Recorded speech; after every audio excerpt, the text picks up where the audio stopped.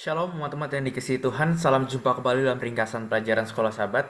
Pada hari ini Rabu 10 Juli 2024, judul pelajaran Sekolah Sahabat kita adalah Rahasia Pelayanan Yesus. Sebelumnya mari kita berdoa. Ya Tuhan, urapilah kami dengan kuasa Roh Kudus-Mu agar kami dapat mengerti dan memahami pelajaran Sekolah Sahabat ini, sehingga kami dapat terapkan dalam kehidupan kami sehari-hari ya Tuhan. Di dalam nama Yesus kami berdoa, amin.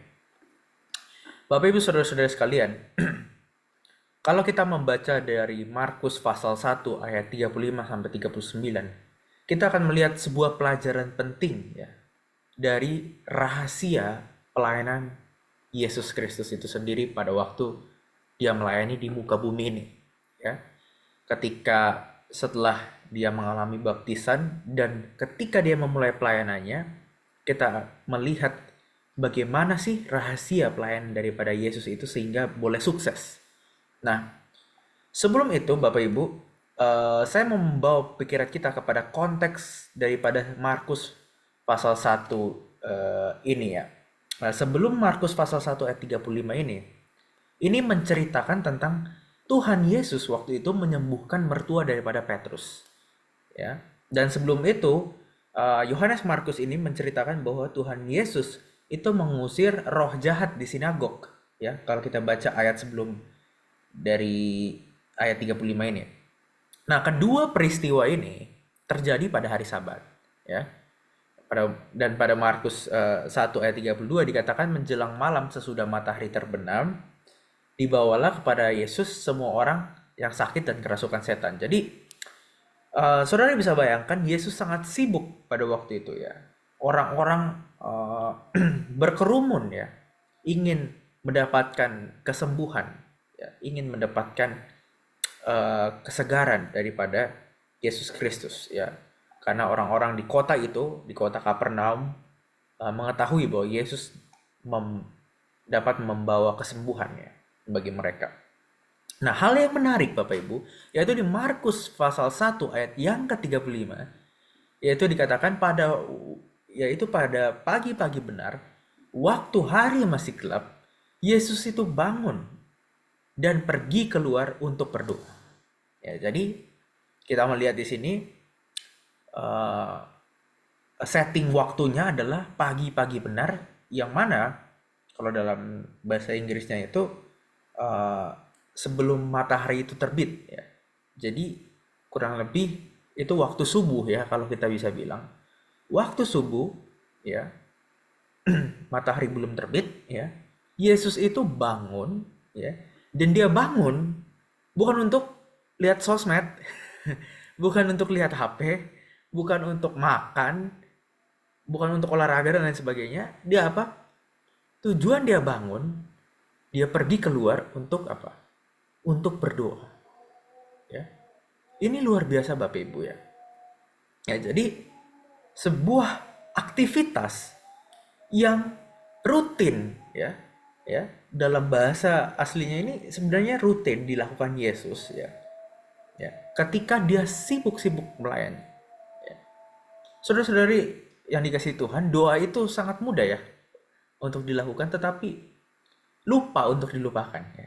Terkadang saya bahkan banyak orang Kristen ya, kita semua bisa berdoa, tetapi seringkali kita lupa ya, lupa untuk berdoa. Ya. Dan dalam Markus pasal 1 ayat 35 ini, ya, Yesus adalah seorang yang sibuk. Dia melayani orang yang sakit, orang yang kerasukan setan. Ya, cukup sibuk ya. Tetapi dia orang yang berdoa juga Bapak Ibu. Ya. Kita seringkali menjadikan alasan kesibukan kita untuk tidak berdoa. Aduh, aku sibuk banget nih kerjain tugas gitu kan. Ya, bisnis, pekerjaan, ya, di kantor dan lain sebagainya. Aduh, nggak punya waktu untuk berdoa. Seringkali kita menjadikan alasan kesibukan kita itu untuk tidak berdoa. Ya. Lalu kita berpikir, oh orang-orang di desa itu lebih sering berdoa daripada orang-orang di kota karena kota itu sangat sibuk ya. Jadi akhirnya kita menjadikan kesibukan kita sebagai substitusi bagi doa kita ya, termasuk kesibukan pelayanan.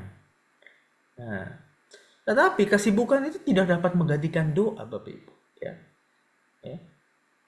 Kesibukan tidak dapat kita jadikan sebagai alasan untuk tidak berdoa.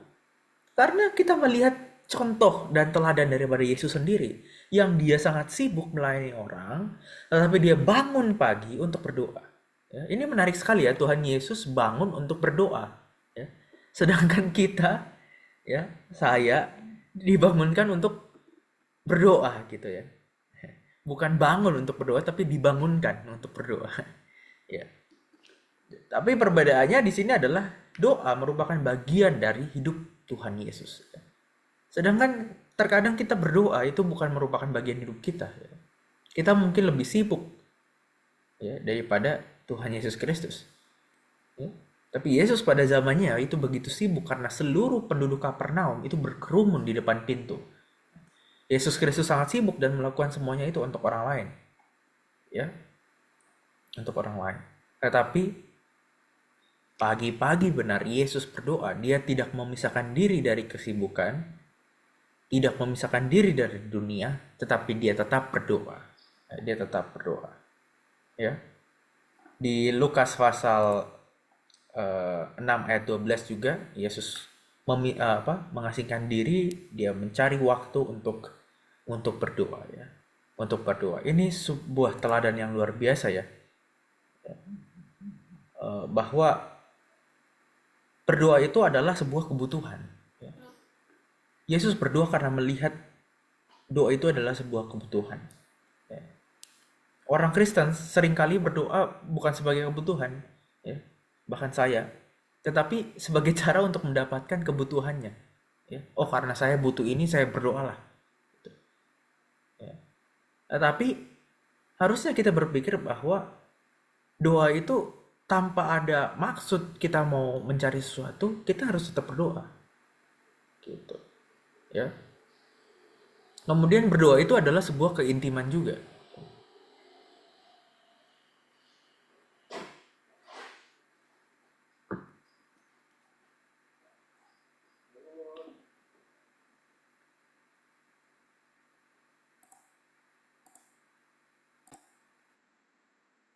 Ya, jadi berdoa itu harus ada sebuah kerinduan untuk berbicara dengan Tuhan. Ya. Yesus sebenarnya tidak butuh berdoa kepada Allah, tetapi dia tetap berdoa gitu kan. Ya, karena itu kita tidak memiliki alasan untuk tidak berdoa. Ya. Yang kemudian adalah kita melihat pelajaran dari Yesus adalah berdoa adalah sebuah keintiman, sebuah keintiman. Ya. Tujuan kita berdoa adalah memiliki keintiman dengan Allah. Ya, makanya Yesus mencoba mengasingkan dirinya, ya, ke tempat yang sunyi untuk berdoa di sana. Dia ingin supaya tidak ada distraksi, tidak ada gangguan. Dia pengen fokus dengan Allah Bapa, ya. Dia pengen intim dengan Allah Bapa, ya. Dan dengan waktu tertentu ya, pagi-pagi benar. Itu adalah waktu di mana yang sunyi, yang sepi, ya. Ya. Jadi ini membutuhkan privacy juga ya, membutuhkan privacy ya. Nah, karena doa pribadi ya. Kemudian doa juga menjaga fokus kita ya. Di Markus 1 ayat 37 murid-murid mencari Yesus dan menemukan dia lalu berkata semua orang mencari engkau. Ya. Setelah Yesus melakukan mujizat hari kemarin ya, hasilnya pagi itu semua orang akhirnya mencari Yesus ya. Tetapi menariknya, Yesus berkata, marilah kita pergi ke tempat lain untuk memberitakan Injil. Karena untuk itu aku telah datang. Ya, jadi tujuan Yesus datang bukan untuk mengumpulkan massa, ya, namun datang untuk mengabarkan Injil. Ya. Fokusnya adalah mengabarkan Injil. Ya, lebih luas lagi. Itu. Ya, jadi Yesus tidak terdistract, ya, tidak terganggu untuk mencapai tujuannya. Ya.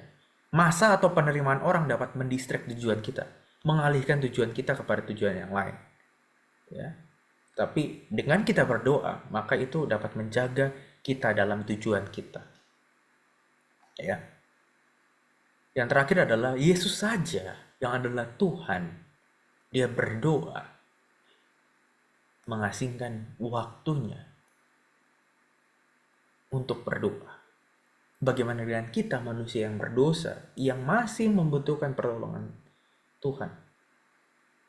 bagaimana kalau kita tidak berdoa? Sangat disayangkan. Ya, biarlah pelajaran ini mengingatkan kembali kepada kita ya, untuk terus berhubungan, berkomunikasi dengan Tuhan melalui doa. Terima kasih, Tuhan Yesus memberkati kita. Amin.